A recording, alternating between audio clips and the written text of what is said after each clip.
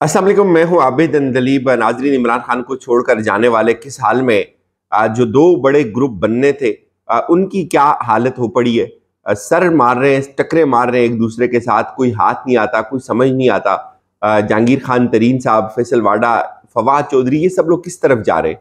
या फिर बात करेंगे इसके ऊपर भी कि हुकूमत इस वक्त जो है पीडीएम की मुश्तरका, ये आपस में लड़ रही है। एक बड़ा खौफनाक खदशा इनको भी लाक हो गया कि मुस्तकबिल का जो मंजरनामा है वो बहुत कंफ्यूजिंग है। एक दूसरे के साथ भी लड़ सकते हैं। अभी तो इनका मुश्तरका दुश्मन इमरान खान है। परवेज इलाही को इमरान खान जो है वो शायद फारिग कर दें, चूंकि इतलात कुछ ऐसी हैं। और फैसल वाडा साहब ने एक इंकशाफ किया है। बहुत सारी बातें, पहले जरा बात कर लेते हैं उमर अता बंदयाल साहब के ऊपर।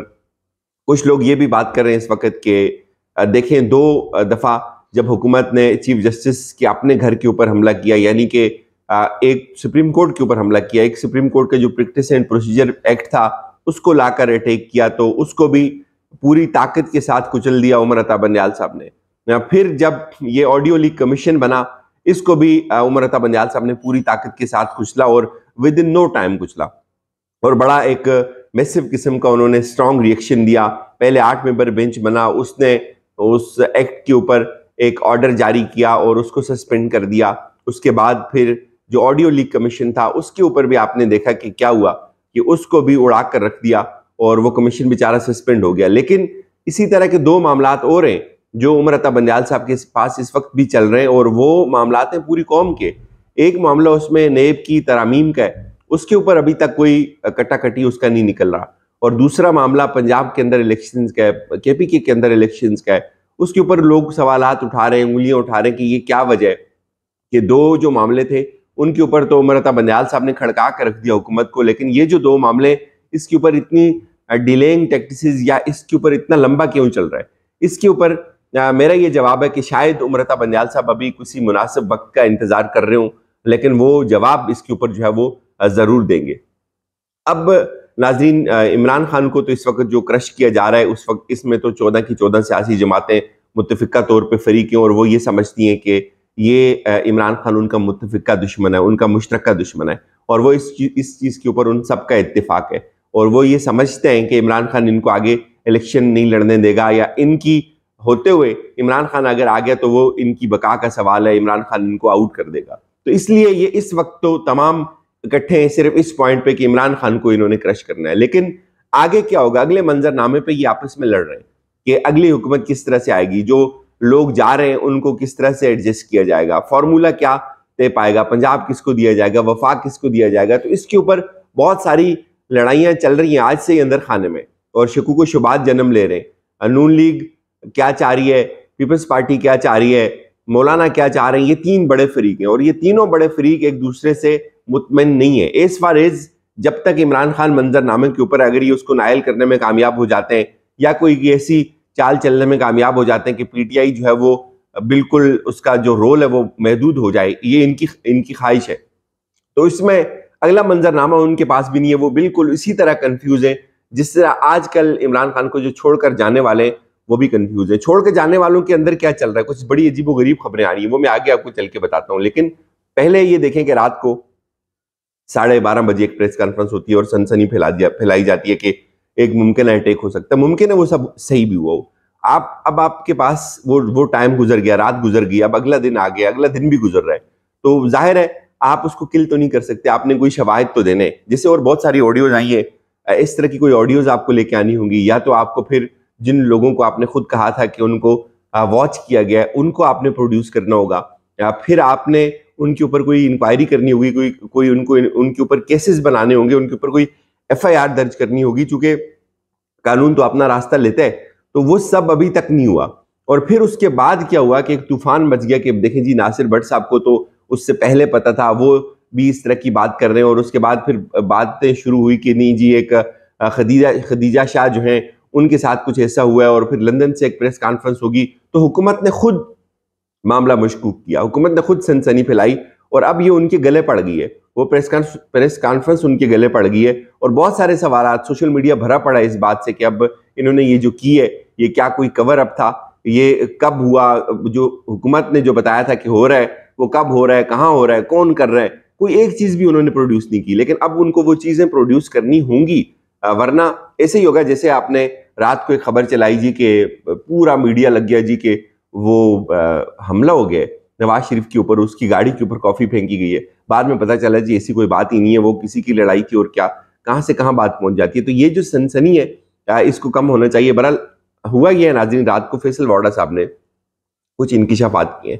वो ये कहते हैं जी कि इमरान खान के ऊपर मुज़ाकरात के दरवाजे बंद हो गए और जो चाबी थी उसको ताला लगा के दरवाजे को और चाबी कुएं में फेंक दिए।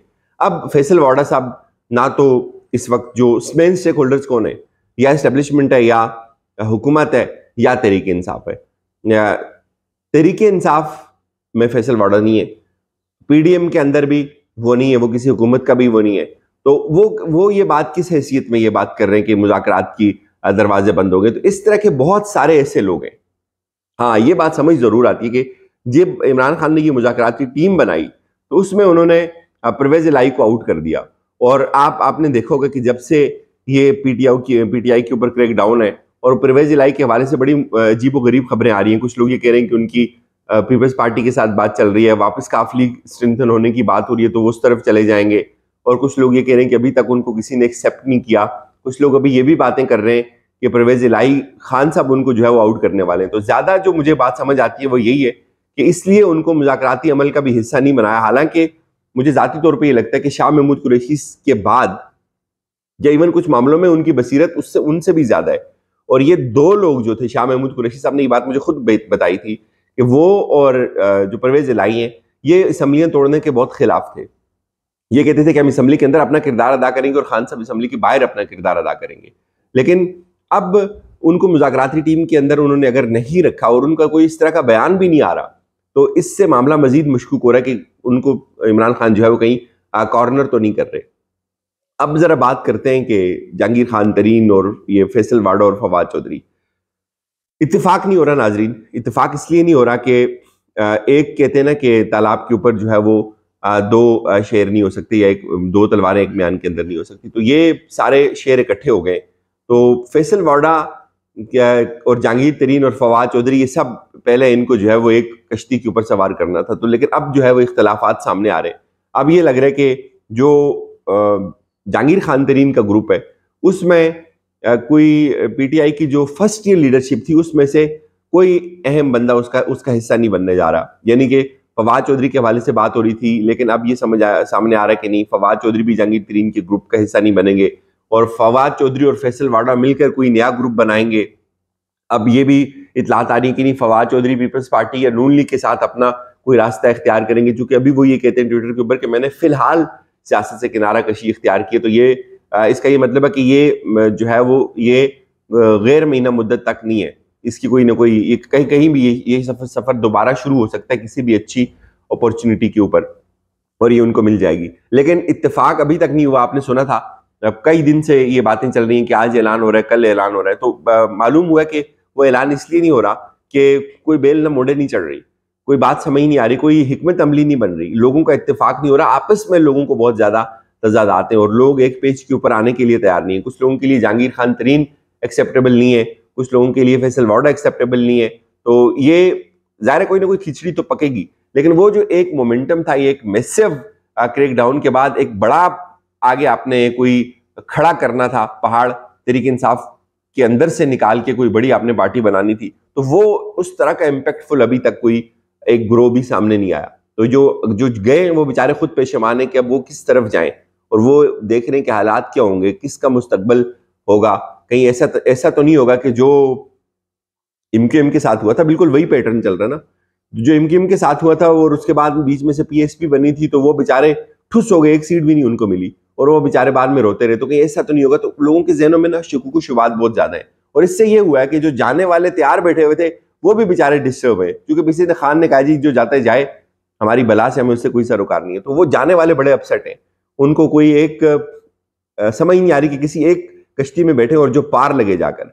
और एक बात ये कि नाज़रीन, जो तहरीक इंसाफ के हवाले से जो दिवालिया होने की बातें चल रही हैं, तो दिवालिया नहीं हुई है। जो ज़ाहिर अकाउंटों के अंदर जो पैसा है, तो वो जो ज्वाइंट अकाउंट्स थे और उसमें जो 2 साइन होते हैं वो बहुत जरूरी होते हैं। तो एक कुछ अकाउंट्स ऐसे जिनमें एक जगह पे असद उमर के साइन होने थे और वो अभी उसमें उस गेम से निकल गए। तो बुनियादी तौर पे जो इशू है वो बैंकिंग के अंदर से जो इंतजामी मामलात होते हैं उनका इशू है। तो दिवालिया नहीं हुई है, ये तरीके इस तरह से दिवालिया नहीं होती हैं। अभी इमरान खान एक ट्वीट करेंगे तो वो पैसा उनके पास इकट्ठा बहुत सारा आ जाएगा, लेकिन ये जरूर है कि जो जाने वाले हैं वो बड़े अपसेट हैं। इजाजत दीजिए, अपना फीडबैक दीजिएगा। खुदा हाफिज।